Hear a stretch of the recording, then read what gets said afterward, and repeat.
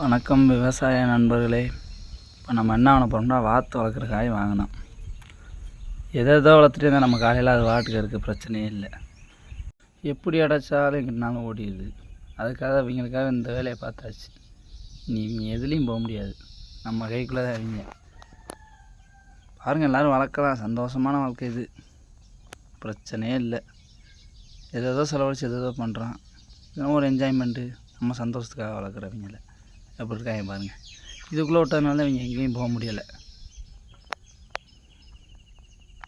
சின்ன கேப்பாக இருந்தாலும் எங்கிட்டனாலும் பூந்து ஓடிடுறாங்க. பயவுலையே மோசமான பயவுலையெல்லாம் இருக்காங்க இவங்க. நேற்றெல்லாம் தேட விட்டாங்க ஓடி ஓடி. இப்போ பாருங்கள், அவங்களுக்காக ரெடி பண்ண போல எப்படி இருக்குன்னு. நல்லா விளாண்டாங்க உள்ளே, என்ஜாய் பண்ணி. பாருங்க அப்படி போகிறாங்க.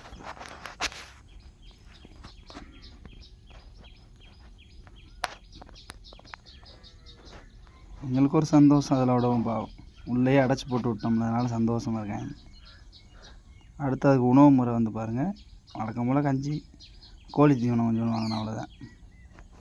ஏன்னா அதே அவங்களுக்கு ரொம்ப பிடிக்கும், அதனால் அதவே வச்சாச்சு. நம்மளும் அவங்க சாப்பிட்ற அழகாக பாருங்கள் எப்படி இருக்குன்னு.